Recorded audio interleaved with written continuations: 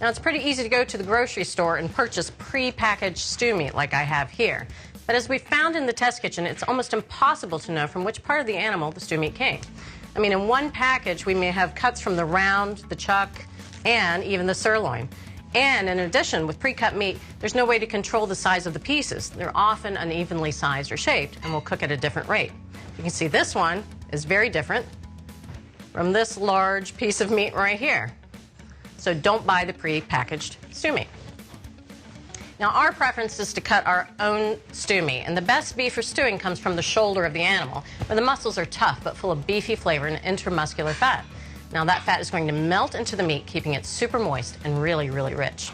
And as an added bonus, shoulder cuts are very economical. Sometimes I can pick it up for about $1.99 a pound. Now, our favorite shoulder cuts for stewing are top blade steaks, which are also called flat iron steaks. You can also use a chuck eye roast, which I have here, and it's sometimes easier to find than those blade steaks. Now, to cut this big roast for stew meat, we want to trim away any excess fat and silver skin. Now, as you can see, this is a pretty large roast here. It's about 3.5 to 4 pounds, which is what I'm using for our stew. And to make this large cut easier to manage, I'm going to first pull along this fat line here. So you just go in there and you start to tear it apart, just using your hands. And it should come apart relatively easily, and if it doesn't, just grab your knife and you can keep cutting it away. Now, I should talk a little bit about knives. You'll probably want an assortment on your board.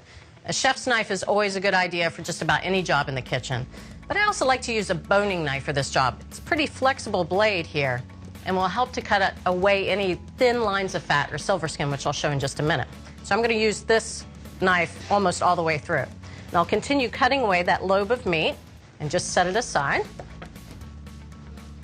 So now we have 2 more manageable cuts of meat. It doesn't look like this particular roast has any more fat lines, but some roasts will have 3, and you would just pull it into thirds. So let's proceed.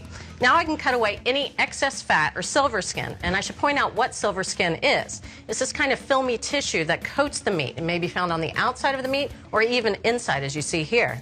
Now, it never breaks down during cooking like fat will, and it actually becomes tougher and tougher as the cooking goes on. So let me show how to get rid of it.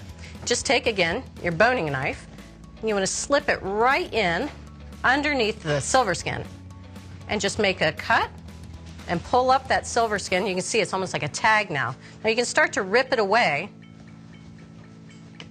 and cut away any excess. It's as simple as that.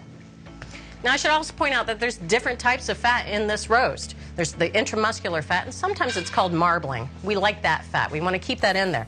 But any hard fat, like, say, this giant chunk here, we want to get rid of that because that will also never really fully melt into the stew. So let's just, again, get a little handle there on it and cut that away. You can see it's just really hard. It's almost as tough as the meat. So get rid of that. And see, I've found another fat line. So now I can go ahead and rip this meat right through as well. The more you open the meat up, the easier it's going to be to get rid of this hard fat. That's exactly what you want to do.